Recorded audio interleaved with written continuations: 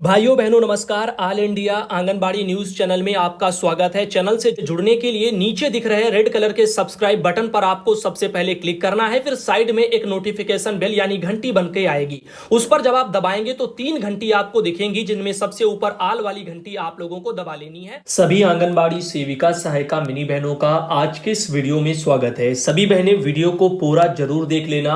आज के इस वीडियो में कई जरूरी खबरें लगी हैं, जिनमें सबसे पहले आपको बता दें कि उत्तर प्रदेश के मेरठ जिले से शोभा रानी बहन आती हैं, जिनके द्वारा कोर्ट का एक ऑर्डर भेजा गया है। ये बहुत ही काम का है, आइए देखते हैं, इसको जानने का प्रयास करते हैं। तो सबसे पहले तो बता दें कि ये अंग्रेजी में है, क्योंकि कोर्ट से जो भी डिसीजन आते हैं वो ज्यादातर इंग्लिश में ही रहते हैं। लेकिन आप सबको समझ में आ जाए इसके लिए मैंने इसका गूगल ट्रांसलेट भी किया है, और आप यहां पर देख सकते हो कि इसमें क्या लिखा गया है, किसकी ये याचिका है। तो आइए सब पर डिस्कस करते हैं। तो केस नंबर ये 2022 का अभी का है, रिट नंबर 2428 है। जिसको ऑनलाइन चेक करने आते हैं वो वहां से भी कर सकता है। और याचिकाकर्ता में है श्रीमती मनीषा कनौजिया जी, और साथ ही साथ जो है यहां पर आप देख सकते हैं वकील जो हैं वो है अभिलाषा पांडे जी। और यहां पर आपको बता दें कि इसमें क्या लिखा है वो सुनिएगा। लिखा गया है कि सुश्री अभिलाषा पांडे याचिकाकर्ता के विद्वान वकील के साथ साथ प्रतिवादियों के लिए मुख्य स्थायी वकील को सुना। याचिकाकर्ता द्वारा उठाए गए मुद्दे पर उचित विचार की व्यवस्था यानी आवश्यकता, जिसमें उनका देखो कहना क्या है। कहा जाता है कि याचिकाकर्ता आंगनबाड़ी कार्यकर्ता के पद पर कार्यरत हैं और समेकित बाल विकास सेवा योजना के तहत आंतरिक गांव में नियुक्ति है, जहां वे बाल श्रमिकों के लिए एवं नवजात बच्चों के संबंध में भी सहायता करते हैं। तो वो साफ शब्दों में अगर आप देखें, और आगे लिखा है चौथे पॉइंट में कि वर्तमान रिट याचिका में उठाई गई शिकायत इस तथ्य से संबंधित है कि जब भी चुनाव होते हैं और जनगणना कार्य होते हैं तो याचिकाकर्ताओं को ऐसे कार्यों में काम करने के लिए नियुक्त किया जाता है, और परिणाम स्वरूप यह आंगनबाड़ी केंद्र के काम पर प्रतिकूल प्रभाव डालता है, और वे भी अपने कर्तव्यों का निर्वहन करने और उन महिलाओं और बच्चों की देखभाल करने में असमर्थ हैं जिन्हें उनकी सेवाओं की आवश्यकता है। तो आप देख रहे हैं कि कैसे बोला जा रहा है कि यहां पर साफ शब्दों में कि जब भी कोई निर्वाचन वाले काम होते हैं, जनगणना टाइप का काम होता है, ऐसे कामों में बहनों को लगा दिया जाता है। इन सब गैर विभागीय कामों से हमारे बाल विकास विभाग के मुख्य काम प्रभावित होते हैं, और इसी जो है गैर विभागीय कामों के बोझ को कम कराने के लिए आप कह सकते हैं ये यहां पर याचिका डाली गई, जिस पर ये फैसला याचिकाकर्ता के विद्वान अधिवक्ता ने केंद्र सरकार द्वारा समय समय पर जारी विभिन्न निर्देशों पर भरोसा किया। महिला एवं बाल कल्याण मंत्रालय जिसके द्वारा राज्य सरकार से बार बार अनुरोध कर रहे हैं कि याचिकाकर्ताओं की सेवाओं को यानी आंगनबाड़ी कार्यकर्ता की सेवाओं को अन्य कार्यक्रमों के लिए प्रतिनियुक्ति ना करें। ऐसे पत्र भारत सरकार द्वारा दिनांक 5/11/2019 और 15/6/2010 इनको लिखे गए हैं, और यहां तक कि राज्य सरकारों ने भी आंगनबाड़ी कार्यकर्ता को चुनाव और जनगणना सहित अन्य कार्यों में प्रतिनियुक्ति करने के आदेश दिनांक 19/11/2019 के माध्यम से सभी जिलाधिकारियों को सूचित भी किया गया। और छठे पॉइंट में लिखा गया है कि यह कहा गया है कि विभिन्न जो है द्वारा जारी किए गए ऐसे निर्देश के बावजूद अधिकारी और प्रतिवादियों ने याचिकाकर्ताओं को प्रतिनियुक्त किया है। इसके द्वारा पारित पत्र 8/9/2022 के माध्यम से निर्वाचन कार्य संयुक्त और मजिस्ट्रेट निर्वाचन पंजीकरण अधिकारी बाराबंकी, जहां उक्त सूची के क्रमांक 10 में याचिकाकर्ता क्रमांक 2 का उल्लेख किया गया है। विद्वान स्थायी अधिवक्ता प्रार्थना करते हैं और उन्हें 2 दिन का समय यहां पर दिया जाता है। राज्य सरकार और केंद्र सरकार द्वारा जो है उनके द्वारा जो जारी निर्देश हैं उनके विपरीत ऐसे आदेश जिसके पास जारी हैं, इस बारे में निर्देश लेने का समय, और इस तरह से इस मामले को 30 सितंबर को शीर्ष 10 मामलों में सूचीबद्ध करें। आलोक माथुर जी इस तरह से कि ऑर्डर 27 सितंबर को हाल ही में ये आया। इस तरह से कि ये मैटर काफी प्रकाशित हो रहा है, बहनों के द्वारा ऑल इंडिया को भेजा गया है, सोचा आप लोगों को दिखाया जाए। आज के इस वीडियो के लिए स्पॉन्सर किया है यानी प्रमोशन के लिए है बीनू पटेल ऑफिशियल के नाम से इनका यूट्यूब पर चैनल है। आप चाहे तो इनसे जुड़ सकते हैं। सबसे पहले तो आपको यह बता दें कि जुड़ने के लिए आपकी सुविधा सुविधा के लिए मैंने इनकी लिंक को व्हाट्सएप स्टेटस पर भी अपने जो है लगा दिया, और तो और आपके इसी वीडियो में डिस्क्रिप्शन बॉक्स में भी लिंक डाल दी है, और तो और कमेंट बॉक्स में भी लिंक को हमने पिन कर दिया है। यहां तक कि चैनल के कम्युनिटी में भी इनके चैनल की पोस्ट डाल दी है, वहां पर भी लिंक मिल जाएगी। तो तमाम तरीके से कहीं से भी आप जुड़ सकते हैं, या डायरेक्ट आप सर्च कर लीजिएगा बीनू पटेल ऑफिशियल, और इस तरीके से इनका जो है फोटो जो लोगो के रूप में चैनल पर है वो भी दिखाई देगा। 107 वीडियो इस पर अपलोड हो चुके हैं अभी तक, और बहुत सारे वीडियो हैं, रील्स बनाती हैं। आप लोगों को अगर पसंद आए तो आप इनसे जुड़ सकते हैं। वहीं पर आगे ले चलते हैं, और भी जानकारी आपको हमें दिखानी है, क्योंकि वीडियो में बहुत सी खबरें अभी लगी हैं जो बाकी देखिएगा। यहां पर ममता बहन है जो कि देवास जिले से आती हैं, और यहां पर बहनों को मोबाइल फोन का वितरण किया गया है। आप देख सकते हैं, बहन ने लिखा है कि देवास जिले में फोन का वितरण किया गया है, और यह परियोजना वहां पर कन्नौद है। साथ ही चलते हैं और आपको तस्वीरें भी दिखाते हैं। तो तस्वीरों में भी आप देख रहे हैं, साड़ी से अंदाजा लग जाएगा मध्य प्रदेश से बहनें हैं और देवास जिले की ये बहनें हैं। इनके अलावा ये रहा फोन उनका, जो कि उन्होंने एक फोटो भेजी, और तो और यहां पर इस तरह से फोन का बॉक्स है। फोन की अगर हम बात करें तो सैमसंग का फोन है, गैलेक्सी A03s नाम से है, और आप चाहें तो अपना ऑफिशियल इसका प्राइस जो है प्ले स्टोर या फिर जो है अमेजन से चेक कर सकते हैं। आपको अंदाजा लग जाएगा कि ये फोन बाहर में कितने पैसों में बिकता है। गैलेक्सी A03s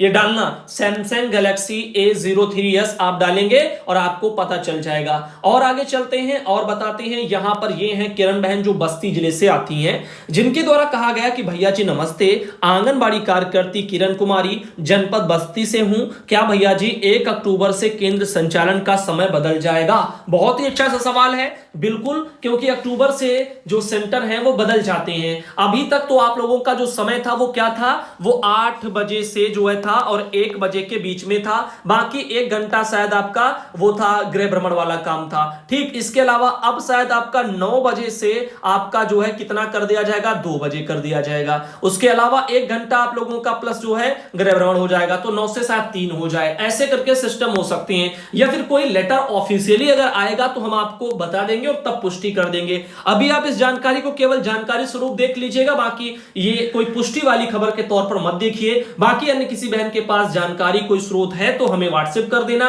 और तो और कमेंट बॉक्स में भी जिन बहनों को पता है कि 1 अक्टूबर से केंद्र का समय क्या रहेगा, तो वो सब आप हमें कमेंट में भी बता सकते हैं, या हमें डायरेक्ट व्हाट्सएप से भी जानकारी शेयर कर सकते हैं, ताकि उसको दिखा दिया जाएगा और फिर बहनों को मदद हो जाएगी। इधर बात करते हैं, ब्रह्मवादिनी जो है सीतापुर से आती हैं, तो ब्रह्मवादिनी जी ने अपने वहां से एक ये जानकारी भेजी है। सबसे पहले तो उन्होंने लिखा है कि बालपुर बिस्वा सीतापुर से उनका वहां पर यह केंद्र, और ब्रह्मवादिनी नाम कार्यकर्ता बहन का लिखा है कि आज मेरे आंगनबाड़ी केंद्र पर अपर निदेशक स्वास्थ्य वाले जो है लखनऊ मंडल श्री गिरजा शंकर वाजपेयी जी तथा CSC बिस्वा अधीक्षक डॉक्टर अमित कपूर जी, CDPO बिस्वा और BDO बिस्वा और अन्य ब्लॉक स्तरीय अधिकारी भी उपस्थित हुए हैं, जिनकी उपस्थिति में गोद भराई और अन्नप्राशन कार्यक्रम वहां पर संपन्न कराए गए हैं। तो आइए वहां से कुछ तस्वीरें दिखाते हैं। तो तस्वीर वहां से ये आ रही है, और उसके अलावा एक और तस्वीर है जो कि वहां से इनके द्वारा ये भेजी गई है। तो ये 2 तस्वीरें ऑल इंडिया को भेजी गई हैं। वहीं पर बात करते हैं अगली जानकारी के लिए, उत्तर प्रदेश के बलरामपुर जिले से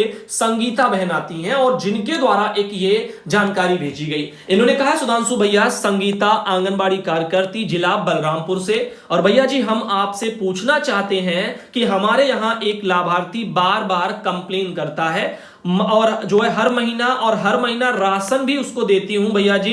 मैंने अपने सुपरवाइजर से भी कहा और CDPO से भी कहा, और वो लोग सुन नहीं रहे हैं, और हर मास्टर रोल वगैरह और MPR का 800 रुपया भी लेते हैं। भैया जी आप भी बताएं हम क्या करें, और ये राशन दाल तेल कब तक जो है मिलेगा भैया जी, ये कब तक बंद होगा, ये चैनल पर जो है जरूर दिखाएं। तो देखो, बंद होना या मिलेगा इसके बारे में कोई ऑफिशियल लेटर तो है नहीं कि कब बंद होगा कब मिलेगा, लेकिन हाँ भ्रष्टाचारी अगर हो रही है, जैसा कि आपका आरोप है 800 रुपया वहां पे ऐसे लिए जाते हैं जो कि गलत है, तो आप इसके बारे में अपने DM कार्यालय जाकर के शिकायत कर सकती हैं, और गुप्त जो है औचक निरीक्षण के लिए या गुप्त रूप से आप उसकी जांच करवाने के लिए उनसे आग्रह कर सकती हैं, तो वहां पर चीजें क्लियर हो जाएंगी। बाकी इस तरह से और कहीं अगर भ्रष्टाचारी हैं तो मैं चाहूंगा कि उनको खत्म किया जाए, विभाग इस ओर ध्यान दे, और जहां कहीं भी कमियां हैं तो उनको दुरुस्त करें, क्योंकि इससे विभाग के साथ साथ बहनों की सबकी जो है छवि धूमिल होती है, और पता चलता है कि बाल विकास विभाग में कितना बहनों का शोषण हो रहा है। तो मैं नहीं चाहता ऐसे कहीं भी काम जो है देखने को मिले हमें, तो इसमें जो है सभी का सहयोग चाहिए और जो भी विभागीय अधिकारी हैं उनको भी इस मैटर पर ध्यान देने की आवश्यकता है, क्योंकि गरीब वर्कर हैं, जितना इनका शोषण होगा उतना परेशान रहेंगी और वैसे भी 4-5 हजार रुपए समय से मिल नहीं पाते हैं और आप बताओ घर के खर्चे, उनके तमाम जिम्मेदारियां फिर वो कैसे करेंगी। इधर बात करते हैं गवर्नमेंट ऑफ यूपी की, और यहां पर आर्थिक संकट से उभरा उत्तर प्रदेश, जनता की कर में बढ़ी हिस्सेदारी, इस पर अभी हम डिस्कस करेंगे। लेकिन राशन मामले में जो मैं कहना चाहूंगा कि लाभार्थी परेशान करता है तो उसकी भी शिकायत आप जो डायरेक्ट अपने वहां डीएम से कर सकती हैं। चूंकि राशन ले जा रहा है तो अंगूठा साइन जो भी होते हैं वो तो आपने करवाए ही होंगे, उससे भी चीजें क्लियर हो जाएंगी। और तो और जो है यहां पर फोटो शायद होंगी, फोटो भले ही आपने डिलीट कर दी हो लेकिन रजिस्टर पंजिका पर इसीलिए अंगूठे जो होते हैं, हस्ताक्षर होते हैं, वो जरूरी होते हैं और वो आपने कराए होंगे, तो वो डीएम कार्यालय ले जाओ और बता दो कि ये फर्जी शिकायत करता है ऐसे ऐसे करके और राशन भी ले जाता है, फिर भी करता है, तो वहां पर उनके ऊपर फिर उल्टे कार्रवाई होगी। इधर बात करते हैं, देखिएगा यहां पर हेमंत श्रीवास्तव जी हैं और उनके वहां से किए आर्टिकल, ये उनका है लेकिन यूपी गवर्नमेंट ने इसको शेयर भी किया। आर्थिक संकट से उभरा उत्तर प्रदेश, जनता की कर में बड़ी हिस्सेदारी, यूपी के लोगों ने दिया पिछले साल की तुलना में 1.5 गुना टैक्स, यानी कर, कारोबारी गतिविधियां भी उससे बढ़ी हैं, इस तरह से कि आर्टिकल आया। तो यहां पर 3 सालों में उत्तर प्रदेश सरकार को जो टैक्स मिला है वो यहां पर देख सकते हो। तो 2019-20 में जो कुल राजस्व कर है वो यहां पर 3 जो है यहां पर आप देख सकते हो कि 1,22,324 करोड़ रुपया टोटल है, और जिनमें से प्रति व्यक्ति जो कर भार है वो आप देख सकते हो इतने रुपया 16,150 रुपया के हिसाब से टोटल उत्तर प्रदेश के लोगों के अकॉर्डिंग इतना जो है आपका रुपया पड़ता है प्रति व्यक्ति भार जो भी है। अब 2020-21 में जो कुल राजस्व था वो यहां पर आप देख सकते हो इतना यहां पर दिया है, और ऐसे करके यहां पर जो है ऐसे 2021-22 का भी दिया है, ऐसे करके चीजें यहां पर दे दी गई हैं। और पड़ोसी राज्यों के कर के बारे में भी बता दिया गया है, अनुमान सब दिए गए हैं। बिहार में कुल राजस्व का इतना इतना करोड़ जो है प्रति व्यक्ति भार इतना इतना है, ऐसे करके सरकार ने अपने वहां पर किया आर्टिकल।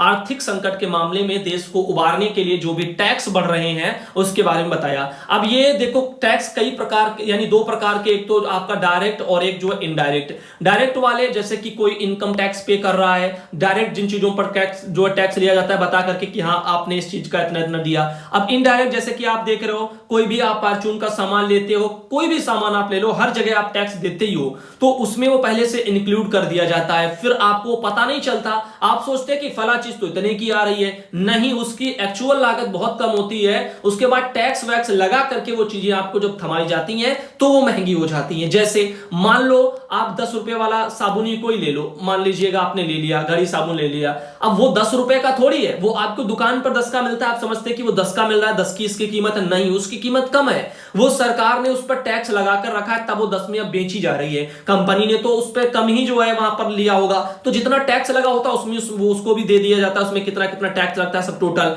तो इसी हिसाब से चीजों की जो एक्चुअल जो कीमतें होती है वो कम होती हैं, उन पर फिर टैक्स लगता है हर एक चीज पर, फिर वो बेची जाती हैं, फिर कहीं जाकर के वो जो है प्रोडक्ट आपको जो मिलते हैं वो आप सोचते हैं कितने कीमत के आ रहे हैं, लेकिन नहीं, वो एमआरपी आपकी टैक्स इंक्लूड वाली होती है, तो इस हिसाब से जो है वो आपके इनडायरेक्ट हो जाते हैं। तो ऐसे ही उत्तर प्रदेश सरकार का कहना है कि आर्थिक संकट से जो है अब उत्तर प्रदेश उबर रहा है, क्योंकि यहां पर लोग जो है कर जो है अपनी हिस्सेदारी यानी टैक्स वगैरह को पे कर रहे हैं, अपनी हिस्सेदारी को बढ़ा रहे हैं, यानी ज्यादातर लोग अपना टैक्स भर रहे हैं। इस तरह से आप इसको समझ सकते हैं। तो वहीं पर लेकिन एक बात जरूर समझना कि इधर गरीब जनता टैक्स पे करके मरी जा रही है, उधर मोदी जी हमारे अपना दोस्ती यारी में पूरा जो है अडानियों को जो है ऐसे हजारों हजार करोड़ के जो है लोन माफ कर देते हैं, और गरीब जनता का लोन ना चुका है तो तमाम चीजें जो है उनको दिक्कत खड़ी हो जाती हैं। अब आप समझो ये चीजें चल रही है देश में, 1-2 करोड़ नहीं, हजारों हजार करोड़ रुपया अडानी के सरकारें माफ कर चुकी हैं, और ये बातें किसी से छुपी नहीं है, ये तो जग जाहिर है, हर जगह आपको मिल जाएंगी। लेकिन फिर भी जो इन चीजों का सपोर्ट होता है, गरीब जनता के लिए कुछ नहीं हो पा रहा है, बड़े बड़े बिजनेसमैन के लिए जो है इतने बड़े बड़े भारी भरकम लोन भी माफ कर दिए जाते हैं,